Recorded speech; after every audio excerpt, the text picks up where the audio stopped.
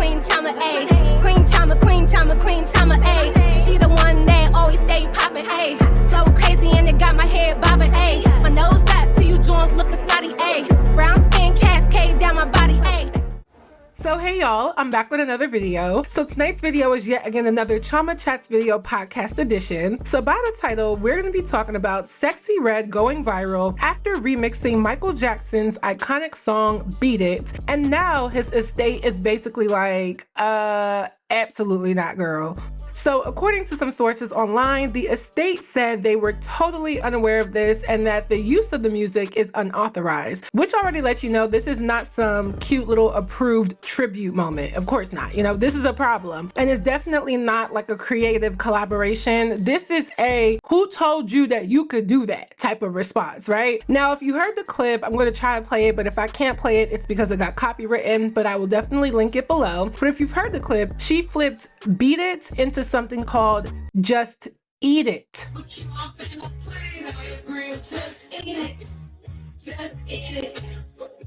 And it's very on brand for her. Explicit, very sexual, very shock factor, right? The kind of thing that makes people gasp or laugh or repost, argue, and then let the blogs pick it up, right? And that's exactly what happened. The internet is split down the middle. Some people are saying that she was just playing around in the studio. It's not that serious. People need to relax. Other people are saying it's disrespectful, especially considering who Michael Jackson is and how protected his legacy is. And then there's the legal side of this, which honestly might be the biggest part of the conversation. So I wanted to talk about this, and I've broken this video down into 3 main talking points. So without further ado, let's get right into this video. So before we get into today's video, I wanted to take a quick second to talk about something I've been trying lately that honestly surprised me, and that is Hypnosio. If you've been on any kind of weight loss journey, I'm talking bad habits journey, or even just struggling with stress eating, emotional eating, or portion control, you already know it's not always about willpower, right? For me, a lot of it comes down to stress, routines, and patterns I don't even realize I'm repeating. That is why Hypnosio is different.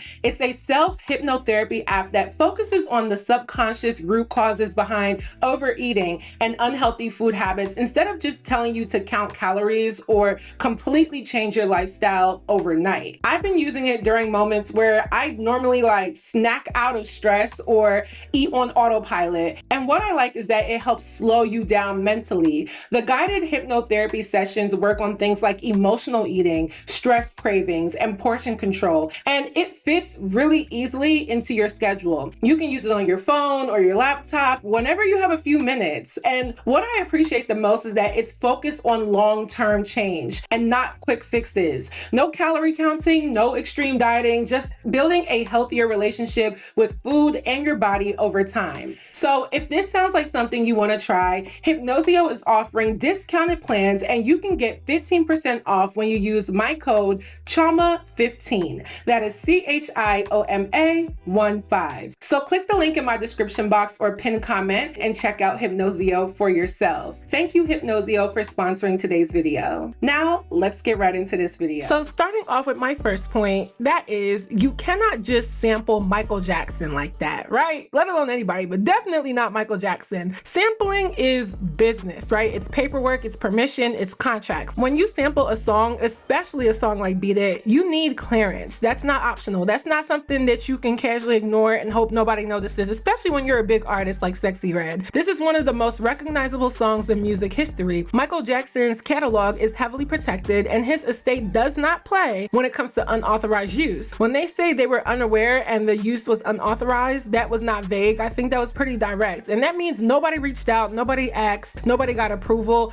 And if that's the case, they are fully within their right to shut it down, okay? People underestimate how serious estates are about this. These catalogs are worth hundreds of millions of dollars. Their assets, their brands, their generational wealth for some. You don't just flip one of those records publicly without someone calling. Now, yes, I've seen the argument that maybe she was just freestyling in the studio. Artists do that all the time. I've done that. I've been in a studio where someone someone throws on a beat and everybody just starts playing around. That's normal. But here's the difference. Once it's filmed, once it's captioned, once it's posted, once blogs are reporting on it and people are debating it, it's no longer just a private moment. It becomes a part of your public brand. And I'm going to speak from personal experience for a second because I've worked on music. When I create songs, even if it's something inspired by another record, we remake everything. Different instruments, different arrangement, different tempo, even different vocal samples. We make sure nothing is directly lifted because the last thing you want is a clearance issue. I have songs sitting in a vault right now, probably like 20 songs that I won't even preview anymore or preview at all because I know they need more work before they're ready. So when I see artists casually playing with legendary material like that, I already know how it's going to end. Whether this was intended for an official release or not,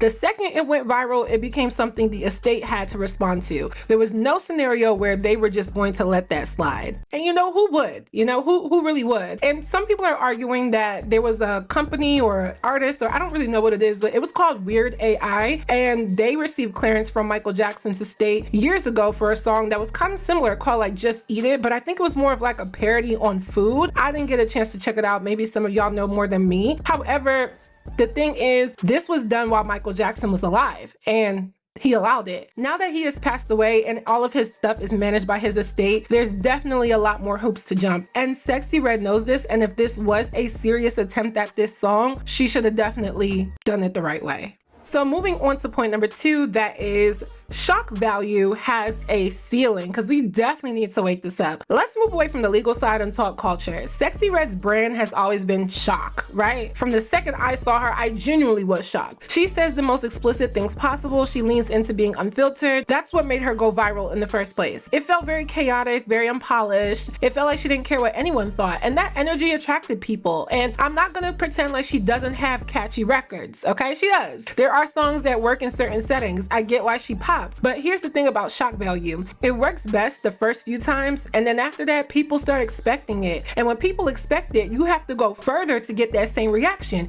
You have to be louder. You have to be wilder. You have to be more extreme. And that's when it starts to feel repetitive instead of like rebellious. This remix felt like more of the same formula. Take something recognizable, add explicit punchlines, make it outrageous enough to trend, but creatively, it didn't feel elevated. If you're gonna touch a legends catalog, especially someone like Michael Jackson, the flip needs to be smart, okay? It needs to be clever, it needs to be intentional, because otherwise it just feels like you're borrowing attention from a bigger name. And I need to address something else because I keep seeing it. Stop labeling everything she does as hood representation. That is so lazy to me. There are women from the hood who are educated, artistic, layered, creative, and versatile. The hood aesthetic does not automatically mean hypersexual chaos. Those are two different things. So when people defend every controversial move under the umbrella that is Sexyy Red, it feels like an excuse. This is about creativity choices, not zip codes, okay? Not being from this block or this city or this part of, like, no. Michael Jackson was extremely intentional about his craft. Every song had purpose, every visual had direction. So when fans hear one of his most iconic songs turned into a hyper explicit joke, of course some of them are going to feel disrespected. That reaction is very predictable. It's not the same random early 2000s record that you flipped that was only popular during that time. This is Beat It, okay? This is a song that is tied to childhood memories for a lot of people. It's tied to MTV history. It's tied to music videos changing culture. So when you remix something like that, you're not just touching a beat, okay? You're touching nostalgia. And nostalgia makes people protective. And I think sometimes artists underestimate that. They think everything is fair game because everything is content now. But certain records carry a lot of weight and certain artists carry a lot of weight. You don't just get to act confused when people respond emotionally to something that meant something to them. And another thing is, when shock is your main tool, it can start to feel, like I said, predictable. Like, we already know the punchline was gonna be sexual. Like, as I was listening to it, I'm like, yeah, I knew she was gonna say just eat it.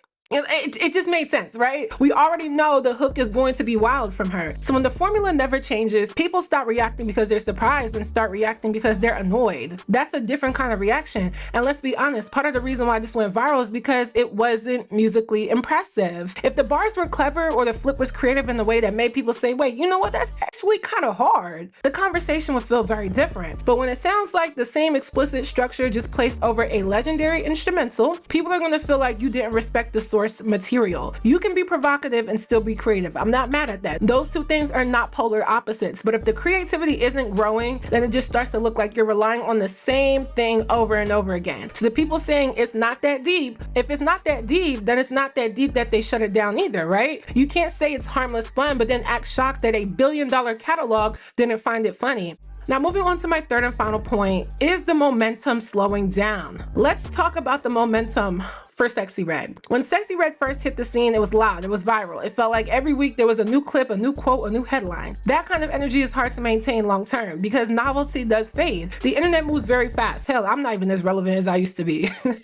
I gotta shade myself. If we're being honest, 2025 was definitely not her strongest musical year. There have been viral moments, yes, but not the same level of like takeover that she had years before. So when something like this happens, I can't help but question whether it's accidental or strategic. Controversy keeps your name circulating. Even negative headlines can help keep her relevant. That's the reality of entertainment. Again, just drawing from a personal example, I do have like 30 songs in the vault right now, right? Some of them are fully written, some of them are recorded, some of them are mixed, some of them are not at all. I didn't try and fail. I didn't disappear because I flopped or anything. I swear the narratives be so crazy. I just basically shifted focus, and I think there's a difference. When I decide to drop music again, because I will, I don't want to rush my art for attention. Meanwhile, some of the same people questioning me will hype up music that barely has structure just because it's attached to a viral personality. That is what I find very interesting. I'll even give Ice Spice credit. When she first came out, she had records that worked. But after some time, I was like, we're kind of bored. And I think we're more hyper fixated on your look. And I also didn't hate the little Spanish influence that she tried recently. That Tutti Tutti song, I didn't think it was really that bad. That felt at least like she was attempting something new. But even she hit a point where people started saying, okay, this sounds repetitive, right? That's what happens when range doesn't expand. Longevity requires you to be evolutionary as an artist. If the entire brand is built off of shock, it has to keep escalating in shock to stay interesting to people. And eventually that does get exhausting, both for the artist and the audience. Momentum in this industry is very fragile, if y'all haven't noticed. It doesn't take much for the internet to move on. One minute you're everywhere, the next minute people are saying you fell off. And I don't even think she fell off. I just think the shock isn't new anymore. When it first happened, people were curious. Now they expect it. And once the curiosity has faded, the music has to carry more weight than that. When you attach yourself to controversy too often, it becomes your identity. And that's what I keep seeing with a lot of artists. So instead of the conversations being about growth or sound or evolution of your music or who you are, it's always about the latest headline. She recently performed for somebody in the MAGA community. That was more of a headline than her music. And things like that can box you in creatively, because when you feel pressure to top the last outrageous moment instead of developing something different, this is what's going to happen. And also from a branding perspective, this kind of move can make certain doors harder to open. Estates talk, right? Michael Jackson's people is probably talking to other people like, Look what she tried to do to us. Don't let her sample your music. Industry people talk. If you get labeled as someone who casually plays with intellectual property without clearance, that reputation could travel. Even if this was just, something done in the studio, I do think perception matters. And this is why I keep saying range does also matter. Because when the initial formula slows down, you need something else that you can lean on. A different flow, a different subject matter, a different vibe. Otherwise, every new release starts to feel like a remix of the last one. Now, just giving you all my closing thoughts to wrap up this video. Here's what I think overall. This does not end Sexyy Red's career, let's be so serious. But the Michael Jackson estate responding was completely predictable. You cannot publicly remix one of the biggest songs in history without clearance and expect no reaction, whether you were serious or not, because that's kind of unrealistic. If it was just studio fun, it probably should have stayed in the studio. Once somebody recorded this and it became content and headlines, I think that's what made it grow legs. And if you're gonna take that kind of risk, the music has to be strong enough to justify it. In my opinion, this wasn't. Just eat it? Like, really, girl? Just eat it? I'm sorry, sis. Just delete it. Okay, that's where I'm at. At the end of the day, it's about how we treat legacy in the age of virality. There's definitely a clash. Not everything has to be flipped for laughs and giggles. Not everything has to shock you enough to sustain a long-term career. I think what Sexyy Red and many other artists have to understand is that when you reach a certain level of fame, you don't get the luxury of saying, oh, it was just a joke, once things are already public. And I'm not saying that artists can't have fun. I'm not saying that you can't remix classics. Hip-hop was built on sampling, for real. But that sampling comes with respect and paperwork. Those two things just go together, right? If you're gonna touch something iconic, you gotta move carefully, especially when the artist isn't here to speak for themselves and their estate is responsible for protecting that legacy. This could blow over in a week, and it probably will, but moments like this do add up, and eventually your career becomes a collection of those moments. So the question is, what kind of collection do you want it to be? Do you want it to be viral clips or records that actually stand on their own? And I'm curious how y'all see that, because some of y'all think people are being dramatic and some of y'all feel like she crossed the real line.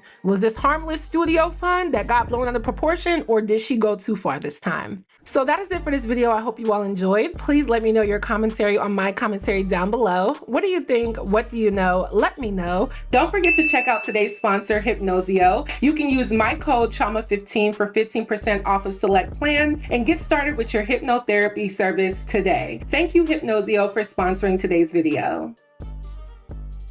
And as always, last but not least, don't forget to follow me on all of my social media networks. I love you all, and I will see you in my next video. Bye, y'all. In the state, always for this outstanding music that I orchestrate. And it's for my mind getting stronger cause I meditate. A is for all the black women, gotta advocate. Queen Choma's where all the funds gotta allocate. Queen Choma, Queen Choma, Queen Choma, A. Queen Choma, Queen Choma, Queen Choma.